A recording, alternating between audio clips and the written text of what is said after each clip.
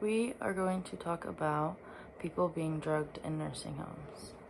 David Blakeney was admitted to a nursing home in rural South Carolina called Dundee Manor.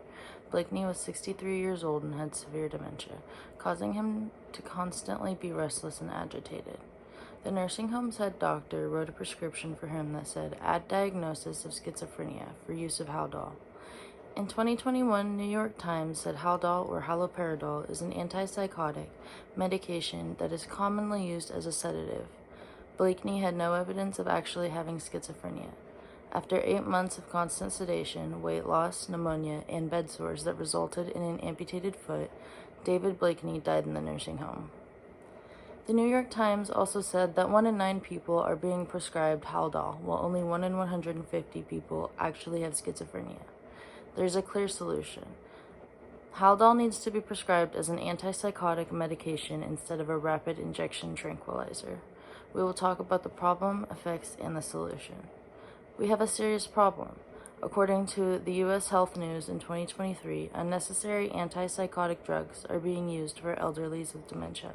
At least 21% of people in nursing homes are on an antipsychotic drug without any diagnosis other than dementia. Sedative medications are extremely dangerous for the elderly, especially without an actual schizophrenia diagnosis. Dementia is an extremely degenerative disorder that attacks people's personality, emotions, and judgment. Dementia patients are prone to emotional and physical outbursts, memory loss, and delusions or paranoia. The side effects of dementia can be easily confused with a schizophrenia diagnosis if the doctors are not careful. The side effects of dementia can cause distress for both the patient and the caregiver, but antipsychotics are not the answer to the problem. There are no FDA-approved drugs that can actually help with these symptoms. Although they seem the same, dementia and schizophrenia are actually different in terms of what part of the brain they attack. So the antipsychotic drugs actually ease delusions in schizophrenia patients, while they are only sedating the dementia patients. In 2012, the misuse of antipsychotic drugs was approached by establishing the National Partnership to Improve Dementia Care in Nursing Homes. This establishment protected residents from antipsychotic medications unless there was a valid clinical indication and a systematic evaluation of the person's needs. Before this, Haldol didn't even have to be written in patients' charts. This establishment reduced the use of antipsychotic drugs all the way up until 2020. The amount of staffing in nursing homes began to decline, and many elderly were being neglected. Head doctors on duty began writing off Haldol usage with new schizophrenia diagnoses on patients who had never had schizophrenia in their life. U.S. Health News from 2023 says that schizophrenia is almost always diagnosed before the age of 40. We know this is a problem, but let's talk about the effects. There are 2 significant effects: increased risk of death and severe elderly abuse. According to the National Library of Medicine from 2017, haloperidol poses a 50% increased chance of death. A study was done with a placebo and a consistent dose of haloperidol given to 2 different groups. The rate of death for the placebo was 2.6%, while the patients given antipsychotics had a 4.5% rate. There was another study done to compare Haldol to drugs such as aripiprazole, lorazepam, and promethazine.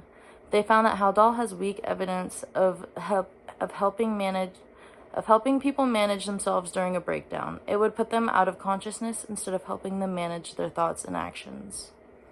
From the Mayo Clinic in 2023, a few of the side effects of Haldol are the inability to move the eyes, uncontrolled muscle movement, spasms, muscle tightness, drowsiness, tremors, difficulty swallowing, loss of balance control, slowed movements, and jerking movements. The New York Times explained this medication as a chemical straitjacket, putting the patients into a state where they can no longer express their thoughts or movements on their own. Many caregivers in nursing homes are looking for this kind of effect of hushing the patient, but they don't recognize how they are treating a human being. David Blakeney was in and out of the hospital from the South Carolina nursing home with dehydration, UTIs, bed sores, pneumonia, and overall neglect. Blakeney could not speak or move on his own anymore. He was unconscious so often that he would miss his meals, causing him to lose nearly 100 pounds in only 8 months. These effects are devastating, so let's discuss the solution. There's a clear solution. Haldol needs to be regulated as an antipsychotic medication instead of a rapid injection tranquilizer. Haldol is being used as needed for patients, unlike all other antipsychotics. The FDA talks about the Haldol injection in 2023. The medication should only be used on patients in pill form after clinical evaluation by a psychiatrist. Haldol should only be used as an injection on schizophrenia patients in times of emergency to get the patient's hallucinations under control.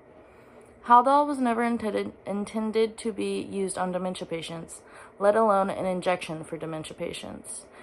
There is not always a registered nurse on the clock, so some prescriptions are not being checked or regulated when distributed, and many medications can be given out without any prescription or evidence that the medication was even used in the first place. Today we learned about the Haldol usage in nursing homes. We looked at the problem, effects, and solution. 1 in 9 people are getting Haldol, while only 1 in 150 people have schizophrenia, where these numbers are supposed to match up completely. David Blakeney died 8 months after his first dose of Haldol. It was proven that Blakeney hadn't gotten a single psychiatric evaluation during his entire stay. He was wrongfully given Haldol, ultimately shortening his life.